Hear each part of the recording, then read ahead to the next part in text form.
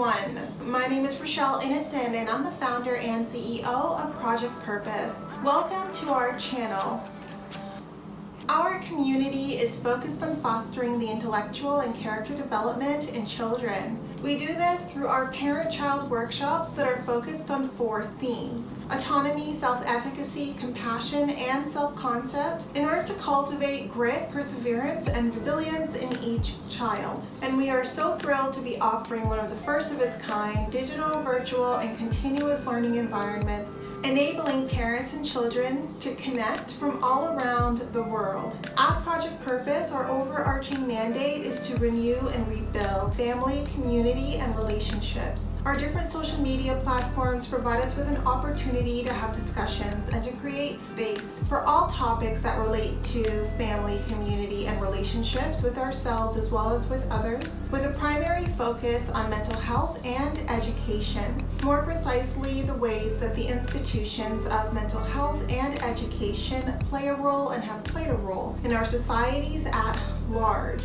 These discussions and debates provide us with an opportunity to think critically about what needs to change within these structures for us to live up to our bold slogan: support, protect, and empower each child through youth-focused development, better known as leadership in juvenescence. We recognize that in valuing our children's leadership potential, this also translates as recreating and co-creating environments, both socially and politically, that will enable our children to thrive. For those of you who are particularly keen on the topic, we also write thought pieces every other Sunday. We actually have a thought piece scheduled to drop this upcoming Sunday, so definitely be sure to meander over to the website and check out our online content. Now, if it is the case that you are looking for a listening alternative, well, we're available wherever podcasts are playing, and we've provided you with access to a few links down below. Now, as is the convention, be sure to subscribe, hit that post notification bell so that you are aware of every time we post. And of course, if you like these conversations and you want to keep them going, like,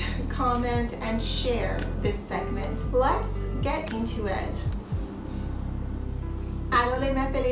Hello, ladies and gentlemen, and welcome back to another segment here on Project Purpose. For those of you who are new, we cover topics that relate to mental health, mental wellness, and education on a week-by-week basis. And today's topic of discussion is mental health. On the conversation on mental health, we're going to be talking about safety as it relates to going no contact. So it's been now 4 years since I put together my safety plan when I decided to go no contact with my family and a lot of the communities that were part of my life, my day-to-day life, in a very big way. And it gives me an opportunity to reflect and to think back at some of the decision making and some of the consequences and the ramifications, and also some of the rationalizations and justifications for those decisions. And I think that is important to have this conversation so that for those of you who are thinking about going no contact, to recognize that it creates a lot of ripples, it creates a lot of waves, and it also leaves you very vulnerable, right? Because there's going to be definitely backlash. There's going to be backlash, especially for going no contact with someone who's abusive, who has a narcissistic profile, who's going to go into a narcissistic rage and even risk hurting themselves in order to have the opportunity to really inflict injury on you if they really believe that this is it, that you're going no contact. And that was the situation that I was dealing with. And I think now, 4 years down the road, when things are starting to feel a little bit less chaotic, I had to think about just some of the consequences of those choices, which were in retrospect the right choices, but how that can make me seem a little bit heartless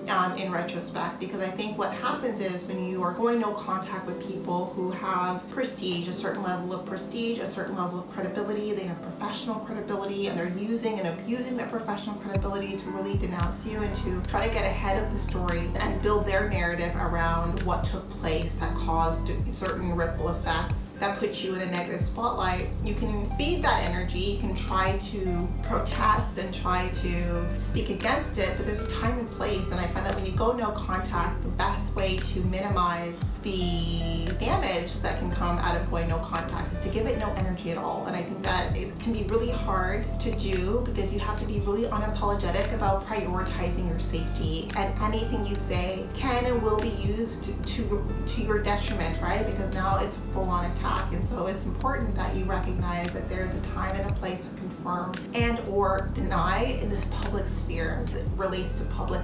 perception. But I think in that period where you're really figuring out, well, hey, is this an opportunity for me to speak up, for me to speak out, or is this an opportunity for me to, in the background, get my ducks in a row, get the legal advice that I need, which is what I was doing, get the legal support that I need, which is what I was doing, get the supporting documentation that I need to make sure that I have protected and covered myself where it really counts. And a lot of the times when it comes to rumors or in smear campaigns, and when it comes to the vicious things that people say and that they feel compelled and empowered to circulate very boldly, very brazenly, you're not going to hold them accountable in the public arena. You're going to hold them accountable legally. You're going to hold them accountable in the specific domains that those claims can be negated in. And so when I went no contact, that was what I was doing. I had the support of my friend who is a lawyer and who had a background and had her own personal history of abuse. So I knew she would understand what it was that I was going through, some of the dynamics that I was dealing with, and even choosing her to support me was a very conscious, eyes wide open decision, because I knew that a lot of what she was going to hear were going to be competing narratives, and I had to trust that she could hold the line while I got my ducks in a row, because I knew it was going to create massive waves. And what I also recognized while keeping as much as I could by way of my next move and my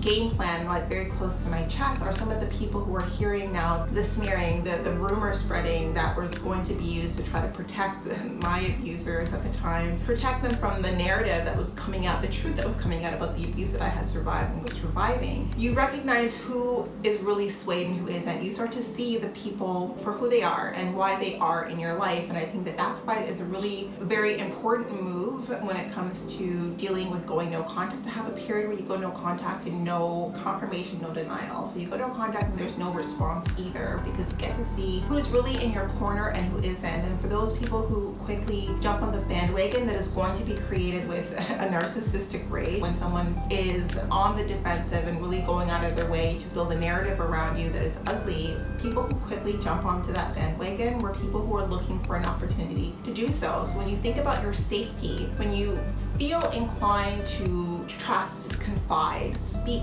about what it is that you're going through, when you're going through a no contact situation that has high stakes involved, where they're putting your mental health into question, they're putting your intellectual aptitude into question, your professional aptitude, like all of the spheres that make it so that you can lead a highly independent, full life. If those are the areas that they're attacking, those arenas that they're attacking, then it's in those arenas that you negate those attacks and that you hold them accountable for their false claims, especially if they're using their professional background to make those false claims. But any person you bring into that conversation that doesn't need to be part of that conversation, you now have given them an opportunity to buy in. And the less people who buy in to whether or not those claims are true or false, the more you increase your probability of coming out of that situation in a position to defend yourself appropriately. And I think that it's really important that you recognize that you never know who's in your corner until a specific situation comes up that tells you who is and who isn't. And when it is the case that like a lot is on the line, that is not the time or the place where you want to figure out, where you want to, take a gamble and see like who's in your corner and who isn't. If you weren't sure before, then take that time to not respond, to see like whose side people are on, and then manage that accordingly. But I think what happens with that, when you're trying to do your best to make sure that you're safe, which means you're staying quiet, you're not responding, you're not giving any confirmation or denial of the rumors that are taking place, you're kind of just letting people decide on their own, then you can hurt people's feelings too. Because what I recognize now, 4 years in retrospect, that there are people who are truly in my corner who I had to completely just cut out, because I recognized that there was a risk involved in confiding in them at that point in time, because they were hearing so many different stories. Even if they would have believed me, the risk of them not believing me and then taking my own story and then twisting that, or having it twisted, or having them manipulated and having that being used against me, was just too high. The stakes were too high for me to take that risk. risk. So it cost friendships. So it cost real friendships, but it also costs fake friendships. And I think that sometimes when you're dealing with the negative waves that come with going no contact and you're breaking toxic ties, toxic connections, it's going to also, there's going to be casualties involved in that. There's going to be healthy connections that get swept into the riptide because of that, because you couldn't take the risk of confiding in the people who were ready to be confided in, who were ready to be in your corner, but it was just too risky because of the legal ramifications, because of the claims that were going about that were really serious. And I felt much more confident in only having support with people who were professionally able to provide me the support and the guidance and the advice that was required for me to maintain the line than for me to find, build fuel into the fire. And it's interesting because I went no contact in 2020 in the heart of the pandemic, and I didn't actually speak on my story until last year. So it took 3 years after me going no contact to really talk about what took place there. And even then, like when we think about like legally, and when you think about like all of the different steps that need to be taken in order to properly hold someone accountable, like I wasn't even halfway, not even close to being like completely in the clear by way of making sure that everything was in place. It took me 3 years to feel confident enough to even come on my platform and speak up about the abuse that was taking place. And I think that for those of you who are going no contact, safety is key. Safety is paramount. And part of how you establish safety is giving yourself the opportunity to gauge the cost of going no contact. And when I say the gauge part, I mean the gauge by way of the impact that that's going to have on your community, on the people that you call friends, how that's going to have an impact on the people that you call friends and the people that you hold close to you, depending on to what extent your lives are intertwined with the person or the people who have been abusive towards you. And I don't think I recognized the stakes, right? I didn't recognize to what extent my community, my life, the people that I had in my life at the time was going to be completely turned upside down. But now, 4 years later, I don't have any regrets, right? I don't have any regrets, but I am cognizant of the fact that not everyone that I no longer speak to, like there are people who I no longer speak to now, were involved in the smearing campaign, right? And that there are people who are actively involved in the smearing campaign for sure. That comes when you go no contact and you're dealing with people who, their egos are hurt, their egos are bruised, and because they've gone and boldly spoken against you and spoken lies and spoken all of these things, these false allegations that they don't want to be held accountable for, they're like doubling down on those things. And at this point, they've really dug their own grave in that situation. But I think for those who were confused and who were willing to hear my side before they picked a side, and who didn't get that chance because I wasn't going to take that chance when it came to just the risk that I felt it had on my overall sense of safety, because of the credibility of the people who are speaking, their professional and their established credibility, their own personal social capital, and just the scenario, all of the elements that were involved at the time. I just felt like it was the safest thing for me to do, to say nothing and to just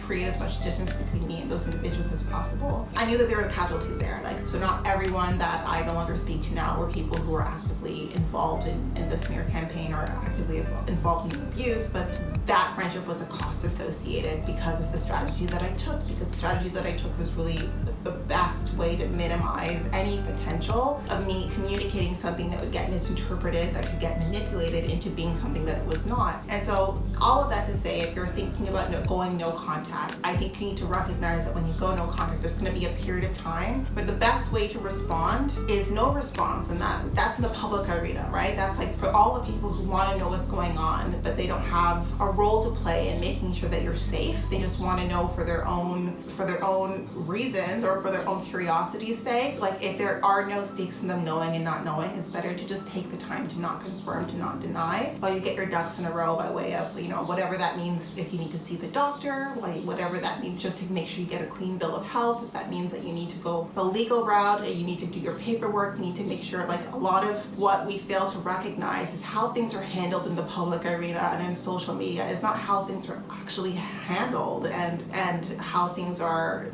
dealt with in the practical sense when you're looking to hold people accountable. Like holding people accountable isn't getting them canceled in the real world. I mean, I'm sure that is a consequence to someone who is a big social media star for sure, but I think that to cancel someone in real life, I mean, that's something that has a social impact but doesn't have the same weight by way of, making a legal claim against defamatory remarks or libel, or talking about how these claims and these lies impacted someone's ability to work. These are things that you deal with in the legal arena, and in the legal arena you have to be very mindful about what you say, when you say it, and who you're saying it to. And so it was the right choice as part of my own safety plan, and making sure that I came out of that minimizing the injury and the impact that I was already hit with as much as possible, right? So I think that safety is priority, and when you think about safety and going no contact, there's a certain level of selfishness, right? You need to be very self-aware. You need to be very cognizant of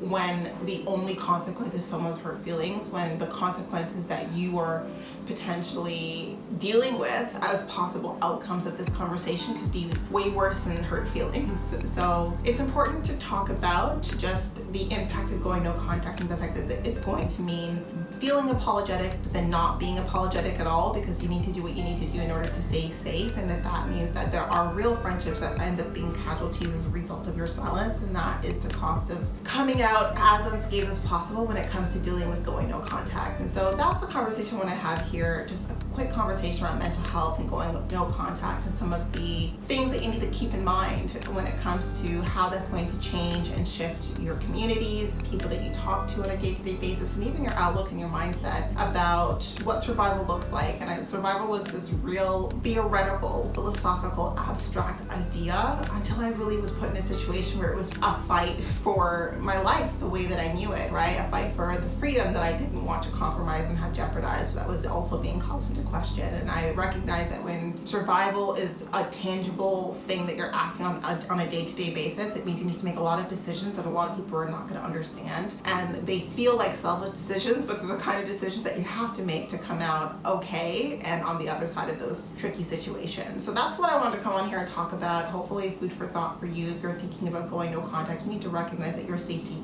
comes first. And if your safety is something that you are able to maintain by being very selective in who you speak to, and then deciding that for the people who don't have a role to play in actively maintaining your safety, that you don't speak to them at all for at least a period of time, that makes it so that the dust is settling and people aren't so hot or cold about the issue. It's kind of the rumor mill has kind of gone on to other things, then that's the right strategy for you. But it's an important conversation to have, because it was a difficult decision to make. It was a lot of difficult decisions to make, and now 4 years later I'm thinking about those decisions, and I'm thinking about where I am now, and I'm so happy that I made those tough calls, right? And even if it meant hurt feelings, at the end of the day, there are going to be, at the end of the day, sometimes you need to make the tough calls in order to make the hardest thing that you can do is do what's best for you. And hopefully the people who wanted to help were in a position to, they understand that. In any case, that was the conversation for today. That was it, but definitely not all. Now, before letting you go, I would be remiss if I didn't let you know that we will be going live at least twice a month, every month for the foreseeable future on our Facebook page. So definitely be sure to tune in. Now, these events are paid events, so if you do see yourself participating in our community on an ongoing basis, and I do suggest that you take a look at one of our package plans. Yes, we do offer package plans over and above our live events, as well as access to webinars and workshops largely focused on self-mastery over and above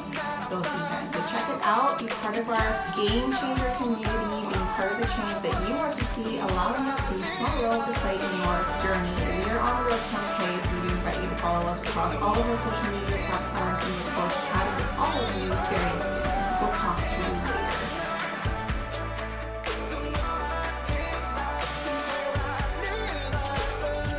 Just feel like no one's listening. Some days I just feel like the world's into me. Some days I'm so paranoid. I'm stronger now, I found my voice. Ooh, mine is a ticket, but I know it gon' be worth it. So I know keeps my heart beating. Feet off the ground and sick of coming down to earth. Finding my way, what I'm hoping that I find my worth. 'Cause God only knows how hard I've worked. The more I live, I learn. The more I give, the more I live, I learn.